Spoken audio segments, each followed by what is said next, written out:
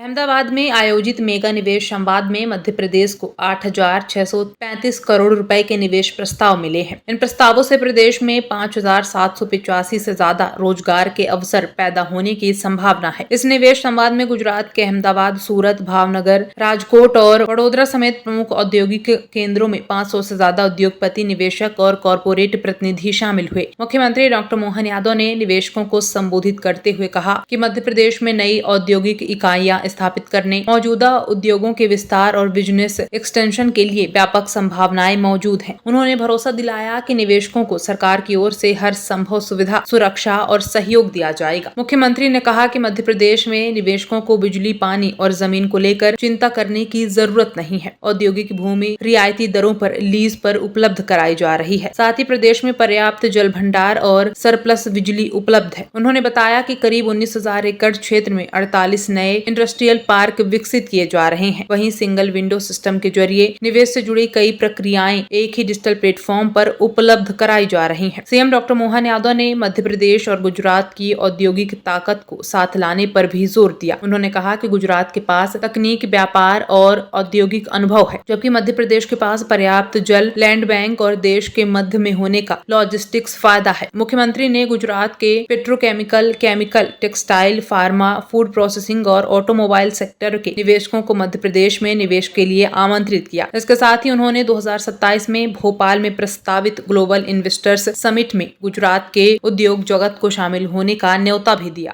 मध्य प्रदेश और गुजरात ये परस्पर एक दूसरे के साथ कई प्रकार के क्षेत्रों में अपने सौहार्दपूर्ण संबंधों के बलबूते पर अपनी साथ में प्रगति के लिए चलने के लिए प्रतिबद्ध है।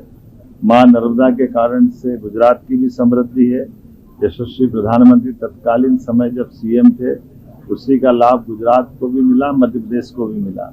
मैं आज के इस अवसर पर अपने राज्य के गुजरात के व्यापारियों को, जो गुजरात में भी व्यापार व्यवसाय करे, साथ ही समान रूप से मध्य प्रदेश में भी वो व्यापार व्यवसाय को बढ़ाए।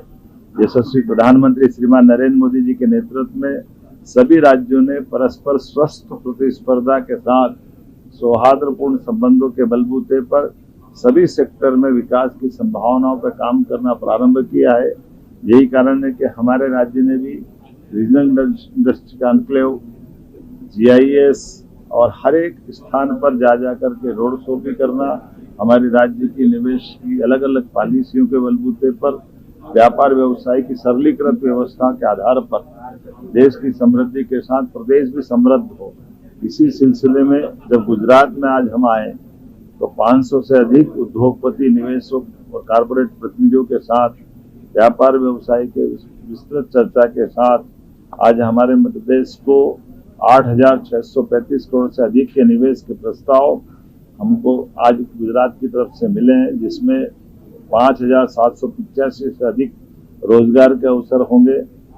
अलग अलग प्रमुख उद्योग समूहों के साथ वैसे तो काफी लोगों से चर्चा हुई है, लेकिन कुछ लिमिटेड लोगों के नाम मैं बताना चाहूंगा। अरविंद लिमिटेड पीएम मित्रा पार्क के माध्यम से 1,200 करोड़ का निवेश हमारे यहाँ टेक्सटाइल एवं गारमेंट्स के प्रोत्साहन के लिए काम करेंगे और उसी के कारण से हमारे लिए पर्यावरण अनुकूल औद्योगिक अवसंरचना को विकसित करने के लिए भी ये हमारा एक अनुकूल अवसर होगा। टोरेंट पावर ने 1600 मेगावाट ताप विद्युत परियोजना में राज्य की दीर्घकालीन ऊर्जा सुरक्षा और अतिरिक्त विद्युत क्षमता सृजन और भविष्य की ऊर्जा निवेश की संभावनाओं पर लेकर उनके साथ विस्तृत चर्चा हुई।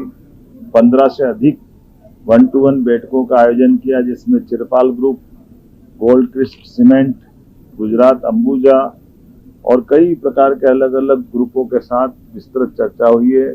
मुझे इस बात की प्रसन्नता भी है कि आज मैं सायंकाल जब यहाँ से जाऊँगा तब petrochemicals, chemical, textile, pharmaceutical, food processing, engineering, aerospace, रक्षा क्षेत्रों में ऐसे कई सारे सेक्टर के अंदर अच्छा रिस्पांस मिला है।